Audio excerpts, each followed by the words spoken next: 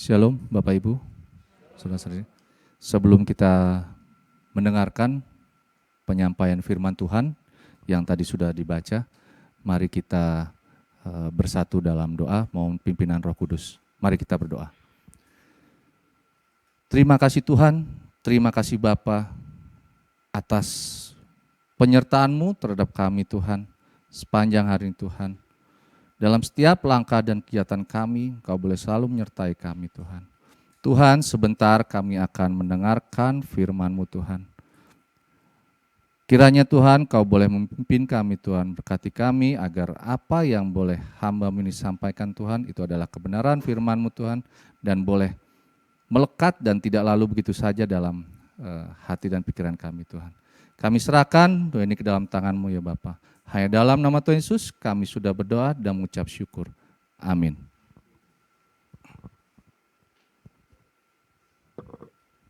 Selamat pagi menjelang siang Bapak Ibu, saudara-saudari. Ya, shalom. Ya, perkenalkan nama saya sebelum saya masuk khotbah ya. Saya memperkenalkan nama saya dulu. Nama saya Oki. Saya sebagai mahasiswa di STT Saint Paul di sini, dan saya puji Tuhan saya mendapat kesempatan untuk boleh hadir di sini untuk menyampaikan kebenaran firman Tuhan kepada Bapak Ibu dan saudara-saudari sekalian. Jadi saya dari Jakarta, domisili saya di Jakarta di Cibubur. Jadi bukan domisili di Bandung. Untuk tema kita pada pagi hari menjelang siang ini adalah ketaatan dan berkat. Ketaatan dan berkat. Seperti kita tahu yang tadi sudah dibaca dalam Ulangan 28 ayat 1 sampai dengan 17. Ayat 1 sampai dengan 14.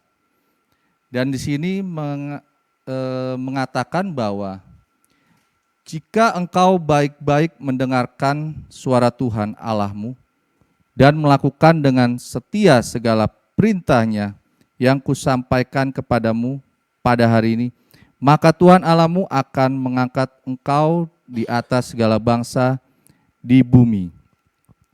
Jadi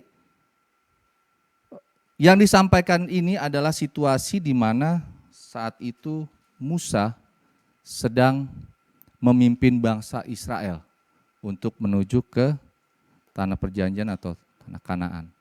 Yaitu yang kita tahu Musa ditunjuk Allah, diberikan suatu tanggung jawab yang besar oleh Allah untuk memimpin bangsa Israel yang tadinya mereka sebagai budak di tanah Mesir. Dan keluar dari tanah Mesir lalu untuk memasuki ke tanah perjanjian. Tapi dalam perjalanan itu tidaklah gampang seperti yang mungkin sebelumnya mungkin terlintas oleh Musa bahwa memimpin itu pastinya tidaklah mudah. Memimpin satu orang, dua orang saja tidak mudah, apalagi ini ribuan. Bangsa Israel yang mereka hidup dalam kesengsaraan sebagai budak dan harus dibawa keluar untuk memasuki ke tanah perjanjian. Banyak permasalahan, banyak cobaan, banyak pergumulan yang Musa hadapi saat itu. Di mana saat itu bangsa Israel adalah bisa dikatakan ya memang ini bangsa yang dijanjikan oleh Allah, bangsa yang diberkati. Tetapi juga ini bangsa yang bebal. Kenapa dikatakan bebal? Karena seringkali Allah sudah menyatakan janjinya, Allah sudah memimpin mereka, Musa sudah memimpin mereka, tetapi tetap ada saja yang dilakukan oleh bangsa Israel ini yang di luar daripada kehendak Allah, yang tidak sesuai dari apa yang Allah inginkan. Di mana saat perjalanan ada suatu ketika itu bangsa Israel mereka membuat berhala. Mereka menyembah ilah lain atau Allah lain yang sebenarnya itu sudah disampaikan oleh Musa dalam sebuah hukum Taurat. Jangan ada ilah lain atau Allah lain selain aku atau selain Allah. Tetapi bangsa Israel tetap mereka sudah diarahkan, sudah diberikan suatu janji kebenaran, tetapi mereka tetap menyembah atau membuat berhala. Bahkan mereka juga hobinya atau suka berpesta pora. Dan inilah situasi yang Musa hadapi ketika itu. Tidak gampang,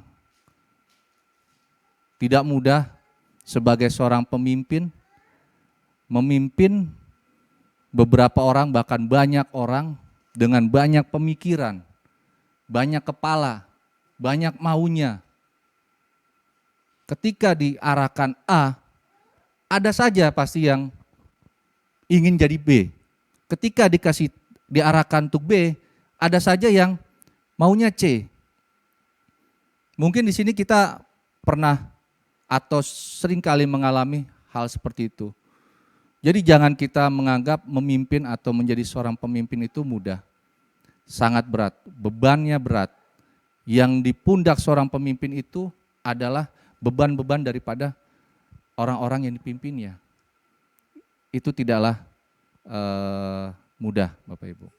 Dan di sini yang disampaikan oleh Musa dalam ulangan ini untuk tetap kita adalah ketaatan. Ketaatan yang akan menjadi berkat. Apa sih ketaatan? Kalau kita boleh mengetahui bahwa ketaatan secara general ya, itu adalah tindakan dan perbuatan seseorang untuk mematuhi perintah orang lain dengan penuh sadar dan sepenuh hati. Itu secara kita general atau dunia. Tapi ketaatan menurut Allah atau Alkitab itu adalah tindakan dan perbuatan seorang untuk mematuhi perintah Allah, yaitu firman Tuhan. Dengan penuh sadar dan sepenuh hati. Jadi Bapak Ibu Saudara-saudari, kita kalau biasanya di jalan atau kita mungkin dalam pekerjaan atau kita dalam pendidikan, pasti kan ada sebuah aturan. Ada aturan yang harus ditaati. Nah, respon kita bagaimana? Pasti kita berusaha untuk mentaati. Ya. Untuk apa kita taat itu? Agar semuanya itu boleh menjadi baik. Aturan manusia aja kita berusaha untuk taati. Tapi seringkali juga kita lupa. Seringkali juga kita mungkin dengan kesengajaan tidak taat pada aturan. Nah, di sini yang ingin ditekankan oleh Musa dalam ulangan ini adalah ketaatan terhadap firman Allah atau terhadap Allah. Kita harus taat. Harus dikatakan harus melakukan dengan setia segala perintahnya apapun itu. apapun itu perintahnya. Seperti yang tertulis dalam firman Tuhan, kita harus mentaati perintahnya. Semua firman-Nya. Berat, iya pasti berat. Ketika kita di zolimi atau ketika kita di jelek-jelekan atau ketika kita dimarahi seseorang, terkadang kita naik pitam, emosi. Kita membalasnya. Padahal Allah mengatakan atau Tuhan berfirman bahwa jangan membalas kejahatan dengan kejahatan. Tapi kita sulit untuk melakukan itu. Itu biasanya seringkali terjadi seperti itu. Emosi. Lalu apa kaitannya dengan berkat? Jika kita ingin mendapatkan berkat dari Tuhan, tentunya kita harus taat. Syaratnya yang satu, taat dan setia kepada Allah. Maka berkat akan mencari kita. Bukan kita yang mengejar-ngejar berkat. Ini juga saya mau sampaikan kepada teman-teman, rekan-rekan yang muda.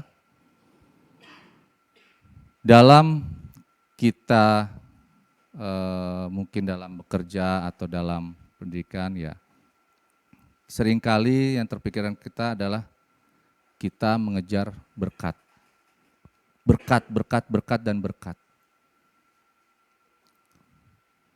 Kenapa kita mengejar berkat? Karena kita ingin sesuatu yang bisa dikatakan kenyamanan. Sesuatu yang nyaman. Dan banyak kali, seringkali kita berpikiran berkat itu hanya berupa materi, uang, harta, jabatan. Tapi kita tidak pernah atau seringkali lupa bahwa berkat itu bukan semata-mata hanya di situ. Uang atau materi, jabatan itu bisa lewat, bisa pergi daripada kita. Itu sementara. Tapi berkat yang kita sudah terima yang tanpa kita sadari, kita terlahir dengan sempurna. Kita memiliki kuping, telinga, kita memiliki hidung. Kita bangun pagi hari, kita bisa masih bernafas. Kita bisa keluar, kita menghirup udara segar. Itu adalah berkat. Itu adalah berkat yang bisa dikatakan yang terbaik yang saat ini sampai detik ini kita rasakan. Jadi nggak perlu kita kejar berkat. Kita sudah mendapatkan berkat. Jika kita ingin mendapatkan berkat, lebih lagi kita harus taat dan setia. Taat itu tidak mudah, setia itu tidak mudah.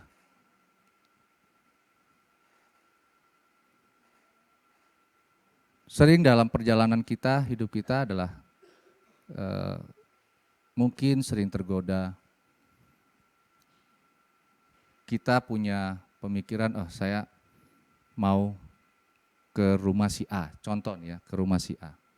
Lalu dalam perjalanan kita punya target, kita ada meeting atau ada ketemu di rumah si A jam segini. Dalam perjalanan kita ketemu teman lama lalu diajak, seringkali kita terbawa situasi lalu melupakan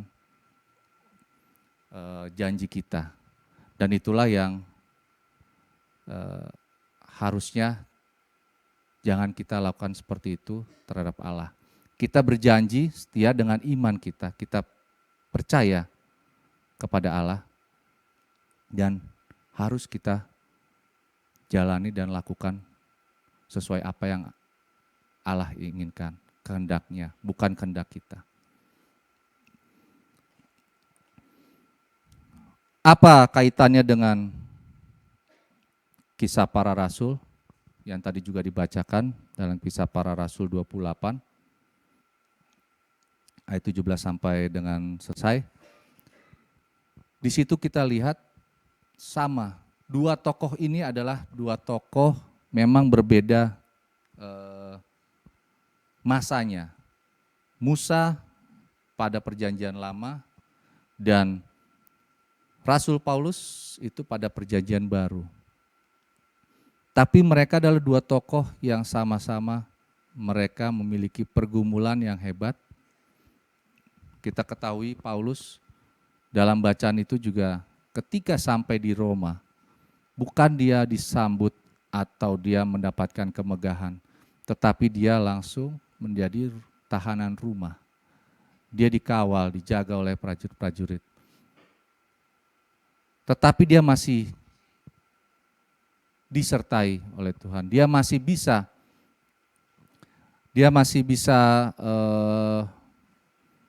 memberitakan firman Tuhan. Dia masih tetap taat dan setia dalam kondisinya yang saat itu selain dia ditahan sebagai tahanan rumah, dia juga ingin dibunuh. Banyak orang yang tidak suka atas apa yang disampaikan oleh Paulus, mereka ingin membunuh Paulus. Mereka ingin Paulus itu mati. Dalam situasi yang seperti itu, kalau kita ada di posisi itu, apa yang akan kita ambil? Apa yang akan kita lakukan? Pasti seringkali atau mungkin banyakan, mudah-mudahan di sini tidak, kebanyakan yang dicari atau jalan yang ada di pikiran kita harus keluar dari situasi itu dengan kekuatan kita, dengan cara kita, pemikiran kita. Seringkali kita tidak mengandalkan Tuhan, seringkali kita malah merasa kita bisa, kita kuat, kita hebat. Tetapi yang Paulus lakukan saat itu, ia tetap setia, ia tetap taat kepada Tuhan, ia tetap mengandalkan Tuhan. Dan itulah yang harusnya kita lakukan. Ketika sekalipun kita dalam kondisi terpuruk, kondisi terdesak, yang mungkin mengancam nyawa kita, atau yang mungkin membuat kita akan kehilangan segalanya, jangan kita lari kepada kekuatan kita terlebih dahulu. Jangan kita lari kepada cara kita, tetapi datanglah dan larilah kepada Tuhan. Larilah kepada Tuhan untuk kita minta tuntunan Tuhan. Biar kehendaknya yang jadi, bukan kehendak kita.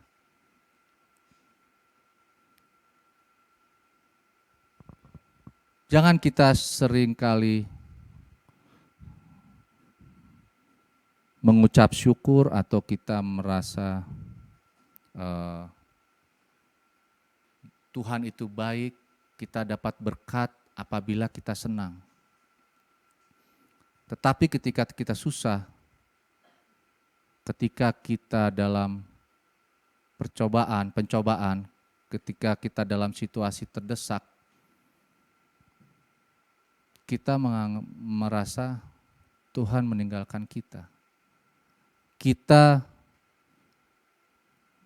tidak melihat berkat yang sudah Tuhan berikan kepada kita. Kita melihatnya, berpikirnya bahwa berkat itu diambil. Tapi sesungguhnya tidak seperti itu. Berkat itu tetap ada dan tetap tersedia bagi kita. Tetap tersedia bagi orang percaya. Asal kita tetap mau taat dan setia kepada Tuhan. Berkat itu tidak kemana-mana, Bapak Ibu, saudara-saudari. Berkat itu tidak perlu harus dikejar. Tidak perlu kita ngotot. Walaupun memang pada kenyataannya, dalam orang bekerja itu, apalagi di Jakarta, dalam bekerja berangkat pagi, mungkin gelap, pulang malam.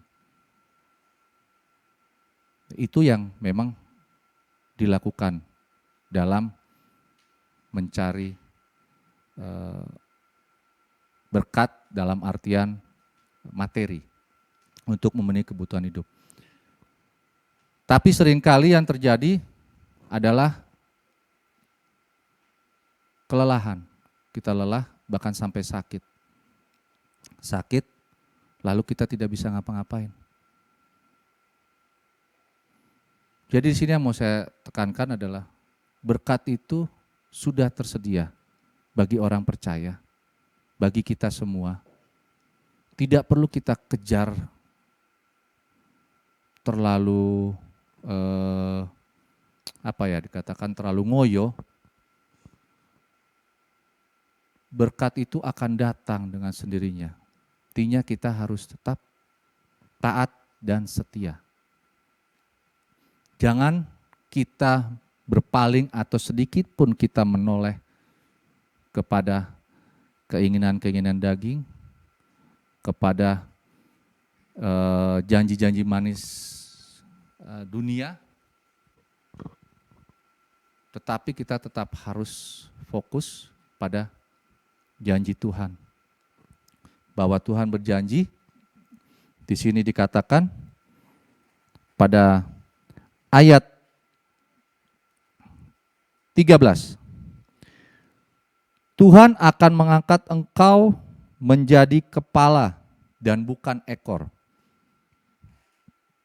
Engkau akan tetap naik dan bukan turun.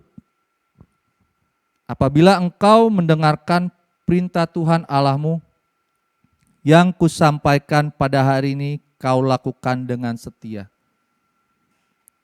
That's it. Hanya itu. Hanya itu yang Tuhan inginkan dari kita. Mendengarkan perintah Tuhan dan kita melakukannya. Itu adalah ketaatan yang sejati. Dan itu adalah merupakan kesetiaan kita kepada Tuhan.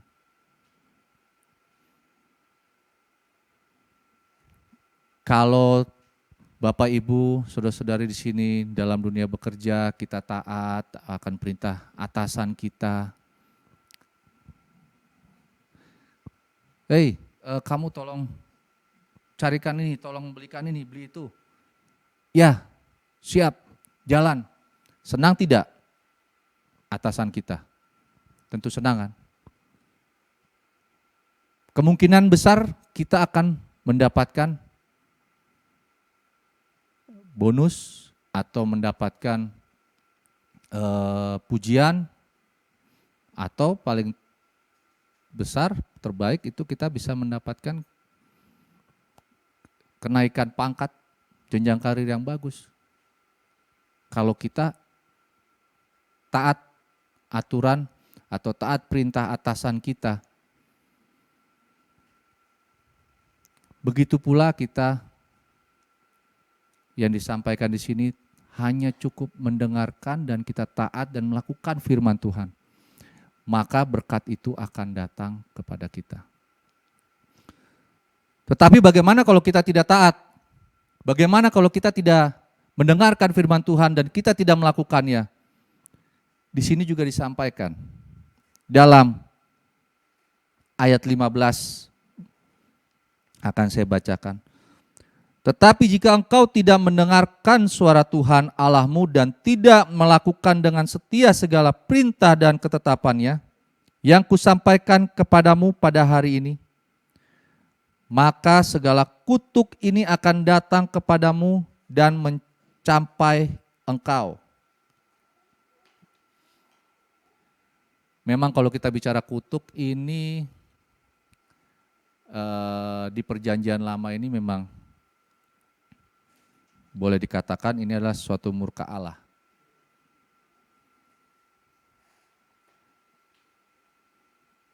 Tapi kalau saat ini kita bicara kutuk ini bukan jangan kita artikan adalah murka Allah yang begitu dahsyat, kita dikutuk, pasrah apa tidak. Tetapi yang boleh kita ambil di sini adalah dalam kehidupan kita saat ini. Apabila kita tidak mendengar dan kita tidak melakukan perintah Allah atau perintah Tuhan, yang terjadi adalah kita tersesat. Yang terjadi adalah kita hidup dalam kedagingan dan kita tidak mengandalkan Tuhan. Apakah berarti apa? Kita akan menjauhi berkat yang sudah Tuhan siapkan, sediakan bagi kita. Padahal berkat itu sudah ada, sudah dekat. Tapi karena keinginan daging kita yang begitu besar, kita ingin mendapatkan atau kita ingin kaya dengan instan, kita lari ke Gunung Kawi, kita ke orang-orang pintar, kita suap sana suap sini untuk bisa mendapatkan apa yang kita inginkan. Kita tidak mengandalkan Tuhan, itu akan sia-sia. Yang kita dapatkan apa? Mungkin itu bisa kita dapatkan, tapi sesaat. Syarat Tuhan dengan syarat Allah dengan syaratnya Allah lain itu beda. Allah hanya punya satu syarat, yaitu kita mendengar, menjalankan perintahnya dan setia. Tetapi Allah lain punya syarat apa? Jika kita ke Gunung Kawi, ini yang saya dengar ya, banyak orang yang ingin kaya instan, ingin naik jabatan sampai harus cari orang pintar. Ada syaratnya, jangan dipikir itu tidak ada syarat. Ada syaratnya. Dan syaratnya itu bisa sampai kepada apa? Kepada kematian. Bisa sampai kepada kesakitan. Dan ada banyak syarat yang harus dilakukan. Itu kalau kita berpegang atau kita beralih kepada Allah lain itu. Tapi kalau hanya kita berpatokan atau kita berfokus pada Allah kita, syarat hanya satu. Saya tekankan sekali lagi, syaratnya hanya satu. Yaitu kita taat dan setia, mendengarkan dan melakukan perintah Tuhan.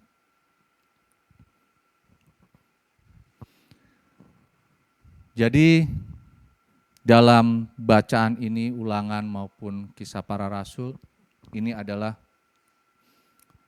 dua bacaan yang saling ada keterkaitannya dengan tokoh yang berbeda tetapi sama-sama memiliki pergumulan hidup, pergumulan atau beban yang berat dalam menyampaikan atau mengikuti kehendak Allah. Tetapi dua-duanya sama, yaitu apa? Sama-sama taat dan setia kepada Allah.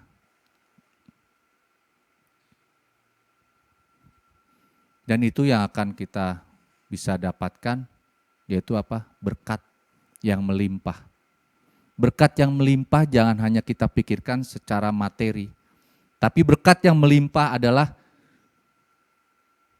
kita bisa ada di tempat ini. Apakah itu bukan sebuah berkat? Itu adalah berkat. Penyertaan Tuhan sepanjang jalan kita di jalan dari rumah ke sini, bisa sampai di sini, kita bisa saling bertemu, kita bisa melakukan aktivitas kegiatan kita hari lepas hari. Itu adalah berkat, Bapak Ibu. Berkat yang sejatinya sudah Tuhan berikan kepada kita.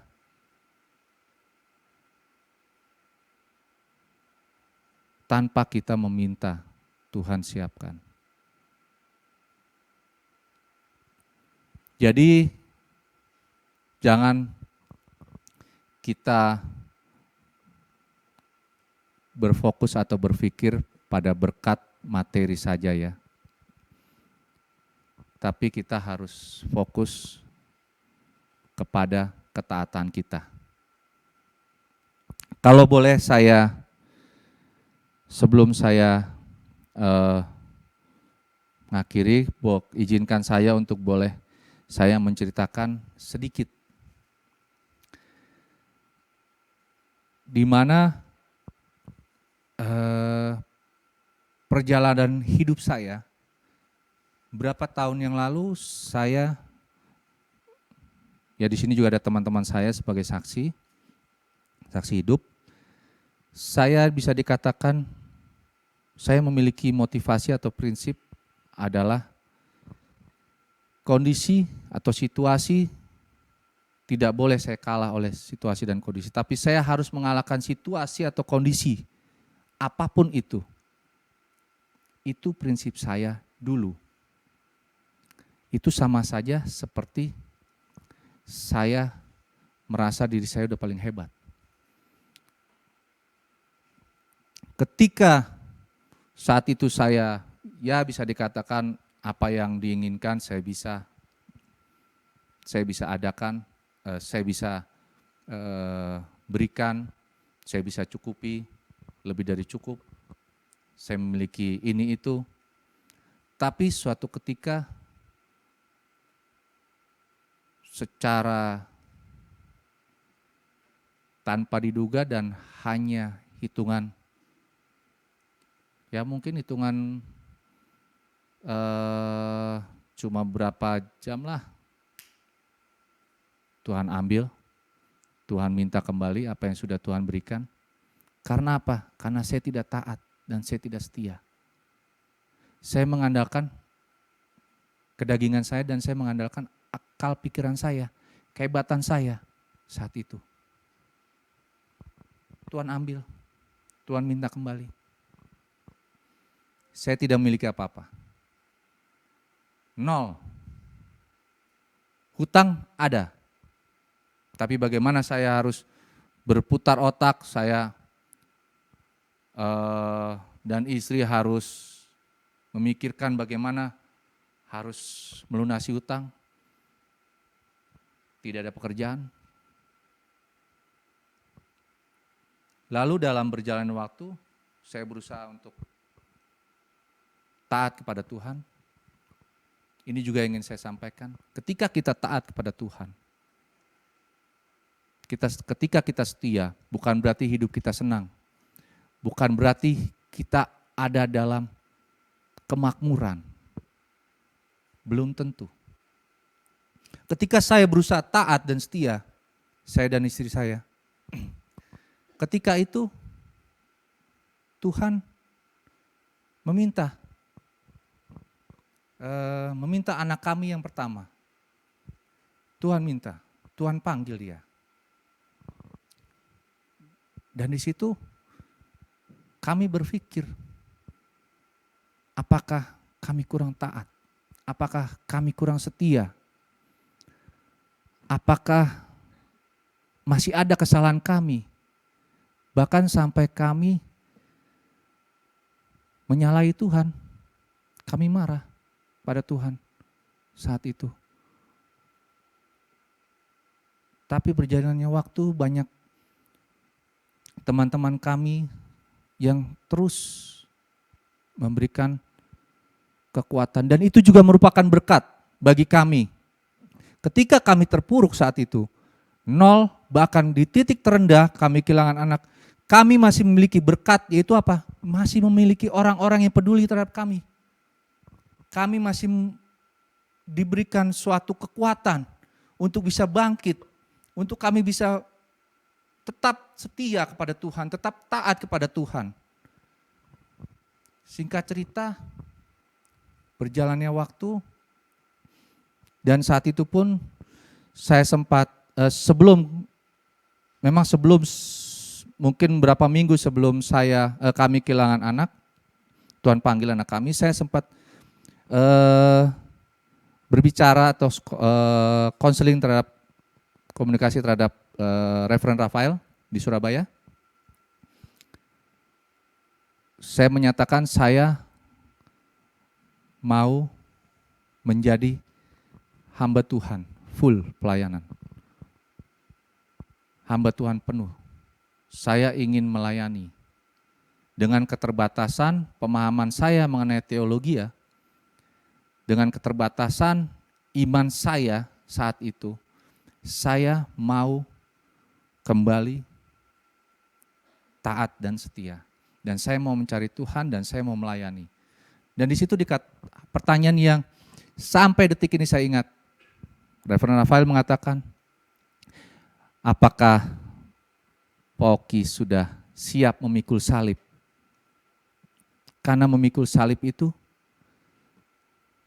tidak enteng, tidak mudah. Saya katakan dengan lantang, saya siap, Reverend. Saya siap untuk memikul salib. Oke, kita jalani. Berjalan. Saya berusaha untuk masuk STT, masuk. Dan ketika saya jawab itu, saya siap memikul salib, saya mau taat. Apakah hidup saya langsung, Tuhan angkat, saya punya lagi apa yang secara materi atau kenyamanan hidup, kemakmuran? Tidak, Bapak Ibu. Yang saya terima, kami terima adalah keterpurukan lagi. Kami dari titik terendah ketika kami kehilangan anak kami. Disitulah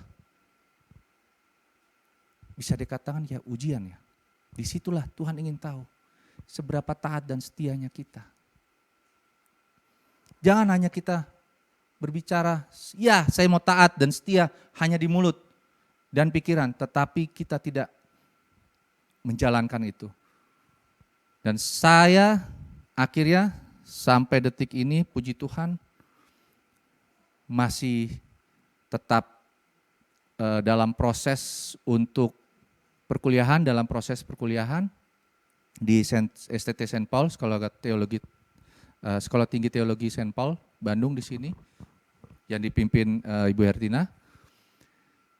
Berikut juga istri saya yang tadinya berdoa saja, mengucapkan kata Tuhan Yesus tidak mau, karena kami ada di titik terendah saat itu. Tetapi saat ini beliau bersama-sama dengan saya ada di STT St. Paul dan kami memiliki kerinduan sama-sama melayani tetapi berbeda bidang. Kalau saya tetap ingin melayani sebagai hamba Tuhan secara penuh, kalau istri melayani dari sisi sebagai konselor atau konseling seperti itu. Jadi ya itulah mungkin bisa saya cerita ini, mudah-mudahan bisa mendapat berkat bagi kita semua bahwa ketaatan dan setia itu tidaklah mudah dan tidaklah gampang. Dan dalam proses kita taat dan setia itu pasti banyak proses, pasti banyak gempuran dalam hidup kita, tapi hanya itu yang Tuhan inginkan. Kita tetap setia seperti Paulus, digempur, ingin dibunuh, disiksa, bahkan dia di penjara dalam rumah tahanan, ia tetap setia, tetap taat dan setia. Untuk apa? Untuk mendapatkan berkat yang lebih baik, berkat yang melimpah dari Tuhan, yang Tuhan sudah siapkan untuk kita. Bukan secara materi, tapi banyak berkat. Nah itulah yang bisa saya bagikan untuk pagi hari ini.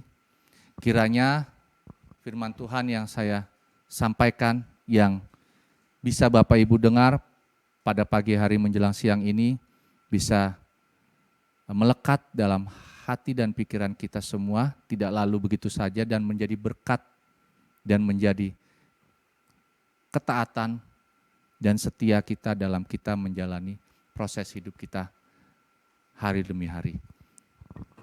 Tuhan Yesus memberkati kita semua. Amin.